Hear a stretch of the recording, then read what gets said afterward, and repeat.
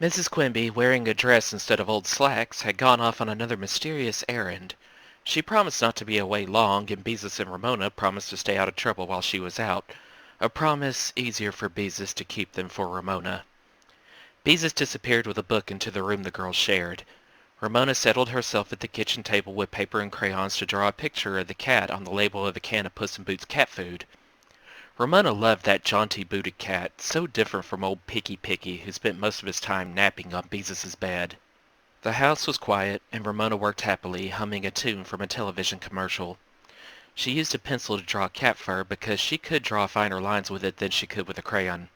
She used her crayons for Puss in Boots' clothes, but when she came to his boots, she discovered her red crayon was missing.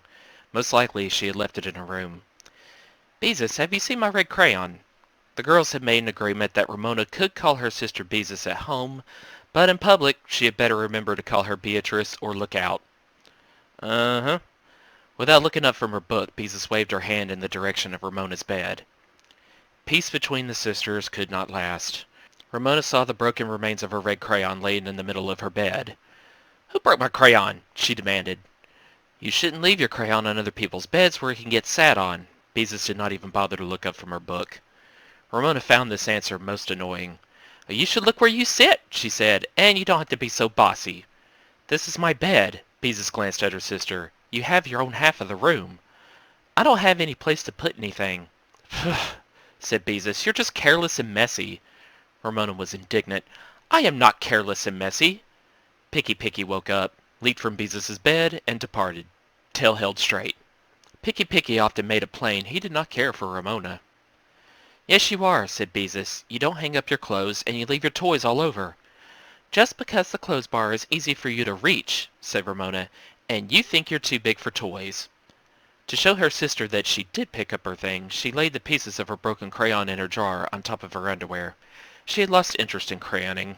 She did not want to color boots with the rough ends of a broken crayon. "Besides," said Beezus, who did not like to be interrupted when she was deep in a good book, "you're a pest." Pest was a fighting word to Ramona, because it was unfair. She was not a pest, at least not all the time. She was only littler than anyone else in the family, and no matter how hard she tried, she could not catch up. "Don't you call me a pest," she shouted, "or I'll tell Mama you have a lipstick hidden in your drawer." Beezus finally laid down her book. "Ramona Geraldine Quimby," her voice and manner were fierce, "you're nothing but a snoop and a tattletale." Ramona had gone too far. "I wasn't snooping. I was looking for a safety pin," she explained, adding, as if she were a very good girl, "and anyway I haven't told Mama yet." Beezus gave her sister a look of disgust. "Ramona, grow up!" Ramona lost all patience. "Can't you see I'm trying?" she yelled at the top of her voice. People were always telling her to grow up. What did they think she was trying to do? "Well, try harder," was Beezus's heartless answer, "and stop bothering me when I've come to the good part in my book." Ramona shoved aside her stuffed animals and threw herself on her bed with Wild Animals of Africa, a book with interesting pictures but without the three grown-up words gas, motel, and burger, which she had taught herself from signs but was unable to find in books. The book fell open to the page that she had looked at most often, a full page-colored photograph of a gorilla.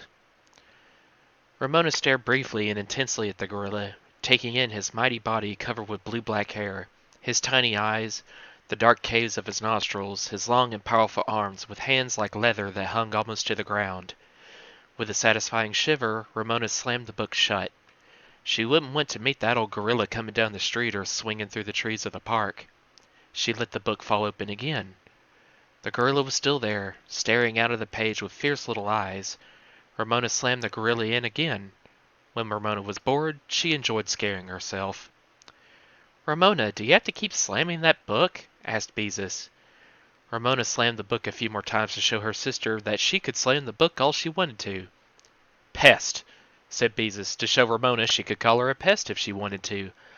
"I am not a pest!" yelled Ramona. "You are too a pest!" Beezus yelled back. "Ha," thought Ramona, "at least I got you away from your old book." "I'm not a pest, and you're just bossy," she shouted. "Silence, varlet," commanded Beezus. "Yonder car approacheth. Our noble mother cometh." People talked like that in the books that Beezus was reading lately. Ramona thought Beezus was showing off. "Don't you call me a bad name," she shouted, half hoping her mother would hear. In a moment Mrs. Quimby appeared in the doorway. She looked angry. Beezus shot Ramona an "it's all your fault" look. "Girls, you can be heard all over the neighborhood," said Mrs. Quimby. Ramona sat up and looked virtuous. "Beezus called me a bad name." "How do you know?" asked Beezus. "You don't even know what varlet means." Mrs. Quimby took in the two girls on their rumpled beds. Ramona's toys heaped in a corner, the overflowing dresser. Then, when she spoke, she said an astonishing thing. "I don't blame you girls one little bit for bickering so much. This room is much too small for two growing girls, so of course you're going to get on one another's nerves." The sisters looked at each other and relaxed. Their mother understood. "Well, we're going to do something about it," Mrs. Quimby continued. "We're going to go ahead and build that extra bedroom onto the house." Beezus sat up, and this time she was the one to slam her book shut. "Oh, Mother!" she cried. "Are we really?" Ramona understood the stress on that last word. The extra room had been talked about for so long that neither sister believed it would actually be built. Mr. Quimby had drawn plans for knocking out the back of the closet where the vacuum cleaner was kept, and extended the house into the backyard just enough to add a small bedroom, with the closet turned into a hall leading to it. Ramona had heard a lot of uninteresting grown-up talk about borrowing money from a bank to pay for it, but nothing had ever come of it. All she understood was that her father worked at something that sounded boring in an office downtown, and there was never quite enough money in the Quimby family. They were certainly not poor, but her parents worried a lot about taxes and college educations. "Where will we get the money to pay back the bank?" asked Beezus, who understood these things better than Ramona. Mrs. Quimby smiled, about to make an important announcement. "I have a job that begins as soon as school starts." "A job!" cried the sisters. "Yes," said their mother. "I am going to work from 9 in the morning till 2 in the afternoon in Dr. Perry's office. That way I can be here when Ramona gets home from school. And on my way home from talking to Dr. Perry, I stopped at the bank and arranged to borrow the money to pay for the room." "Oh, Mother!" Beezus was all enthusiasm. Dr. Perry was the woman who had given the girls their checkups and their shots ever since they were born. "Just think, you're going to be liberated!" Ramona was pleased by the look of amusement that flickered across her mother's face. Ramona wasn't the only one who said things grown-ups thought was funny. "That remains to be seen," said Mrs. Quimby, "and depends on how much help I get from you girls." "And you'll get to see all the darling babies." Beezus loved babies and could hardly wait until she was old enough to babysit. "Oh, Mother, you're so lucky." Mrs. Quimby smiled. "I'm going to be Dr. Perry's bookkeeper. I won't be taking care of babies." Ramona was less enthusiastic than Beezus. "Who will take care of me if I get sick?" she wanted to know. "Howie's grandmother," said Mrs. Quimby. "She's always glad to earn a little extra money."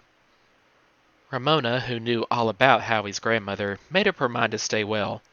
"Who will bake cookies?" she asked. "Oh, cookies." Mrs. Quimby dismissed cookies as unimportant. "We can buy them at the store, or you can bake them from a mix. You're old enough now." "I might burn myself," said Ramona darkly. "Not if you're careful." Mrs. Quimby's good spirits would not be budged. Suddenly Ramona and her sister exchanged an anxious glance, and each tried to speak faster than the other. "Who gets the new room?" they both wanted to know. Ramona began to feel unhappy and left out before her mother had a chance to answer. Beezus always got everything because she was older. Beezus got to stay up later. She got to spend the night at Mary Jane's house and go away to camp. She got most of the new clothes, and when she had outgrown them, they were put away for Ramona. There was no hope. "Now, girls," said Mrs. Quimby, "don't get all worked up. Your father and I talked it over a long time ago, and I decided you will take turns. Every 6 months you will trade." Ramona had a quick word with God. "Who gets it first?" she asked, anxious again. Mrs. Quimby smiled. "You do." "Mother!" wailed Beezus. "Couldn't we at least draw straws?" Mrs. Quimby shook her head. "Ramona has a point when she says she never gets anything first because she is younger. We thought this time Ramona could be first for a change. Don't you agree that's fair?" "Yes!" shouted Ramona. "I guess so," said Beezus. "Good," said Mrs. Quimby. The matter settled. "Is the man going to come and really chop a hole in the house?" asked Ramona. "Next week," said her mother. Ramona could hardly wait. The summer was no longer boring. Something was going to happen after all, and when school started she would have something exciting to share with her class for show and tell. A hole chopped in the house.